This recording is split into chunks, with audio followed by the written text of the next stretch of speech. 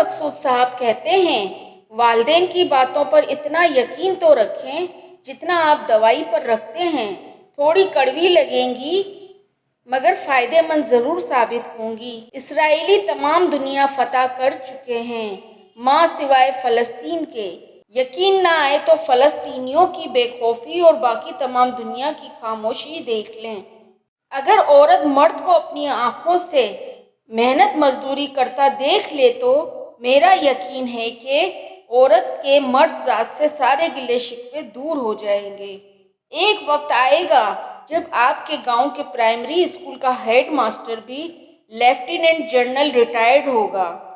سرکاری ادارے کام نہ کرنے کی تنخواہ لیتے ہیں اور کام کرنے کے لیے رشوت لیتے ہیں۔ ہماری اسٹیبلشمنٹ بہت اچھی ہے، ہمیشہ کمزوروں کا ساتھ دیتی ہے۔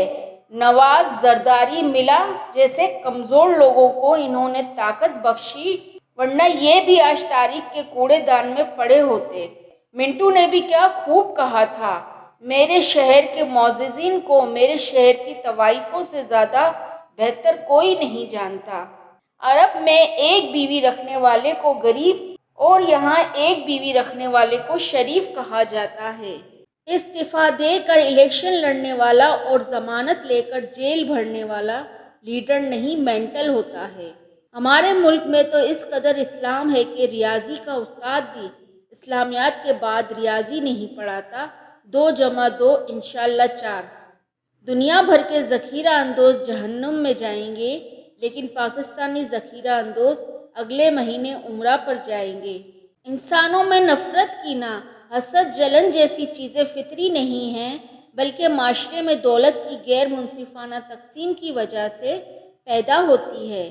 جرنیلوں کی امریکی غلامی اور ڈالروں کی محبت فوج کو بدنام کر رہی ہے۔ بندوق کی غداری زیادہ سے زیادہ چند لوگوں کی جان لے سکتی ہے مگر قلم کی خیانت پوری قوم کو تباہ کر سکتی ہے۔